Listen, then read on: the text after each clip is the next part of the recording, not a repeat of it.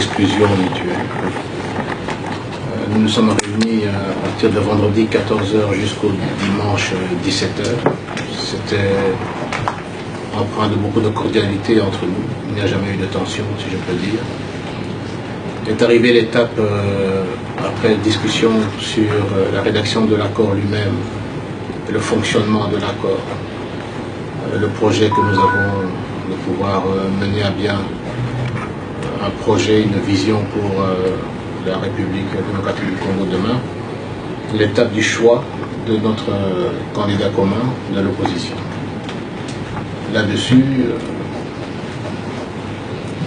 la médiation qui nous a entourés et qui a permis à ce que cette réunion puisse se dérouler, a laissé le choix aux différents participants, candidats, de pouvoir trouver par consensus et désigner par consensus le candidat. Pour cela, les 4 candidats retenus sont restés entre eux pour pouvoir discuter. À l'issue de cette discussion, le mode de vote était plutôt le mode accepté par les 4 candidats pour la désignation du candidat commun. Alors comment ça s'est opéré? Et tout le monde était d'accord sur le choix, sinon on n'aurait pas été plus loin. Les 4 candidats, sous proposition donc de la médiation, et tout le monde l'a accepté, avant même que le vote puisse s'opérer, et après l'échec du consensus, si je peux dire, chaque candidat avait un bulletin de vote où il devait inscrire son nom et un autre nom d'un autre candidat, parmi les 4.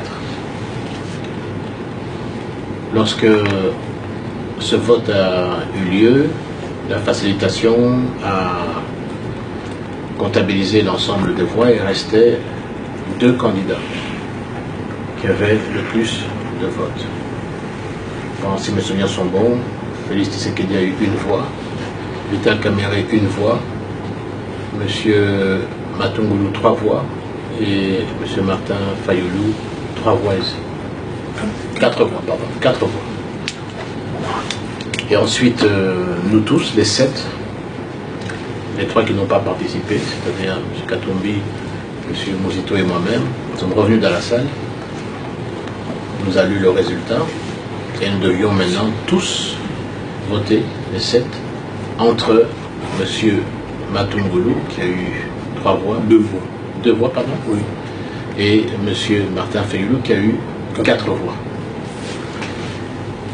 C'est à la suite de ça que le résultat du second tour a été comptabilisé et ça a donné M. Matungulu 3 voix, si mes souvenirs sont bons, et M. Fayulu 4 voix. La règle était celle-là, elle était connue par tous les participants. Je me rappelle même d'une expression de M. Félix Tshisekedi qui disait Duralex, sed lex. C'est lui-même, c'est venu de sa propre voix.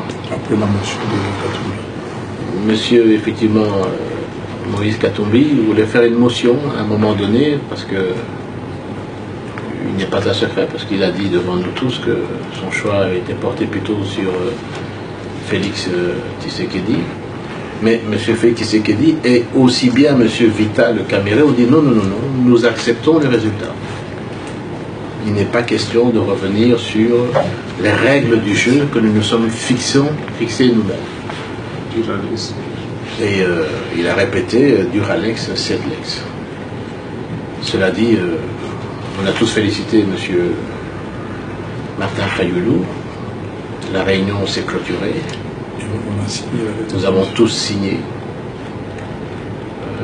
la lettre de désignation de M. Martin Fayulu comme candidat commun de l'opposition. Tout le monde a signé. On l'a félicité, tout le monde l'a félicité.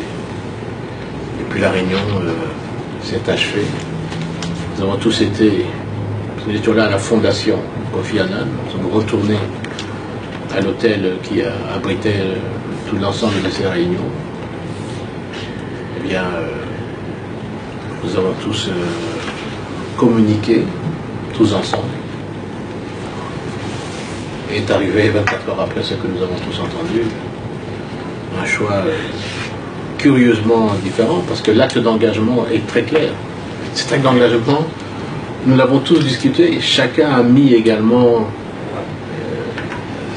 si je peux dire, sa pierre à l'édification de tous ces accords, où chacun dit et reconnaît que, en cas de trahison, de non-respect de ces accords, chacun se retire de la vie politique s'il ne respecte pas ces accords.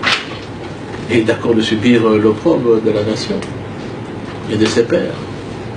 Aujourd'hui, je suis très étonné d'apprendre que j'ai fait le jeu d'une manipulation, d'un trucage. Je crois que c'est malhonnête. C'est très malhonnête. C'est très malhonnête.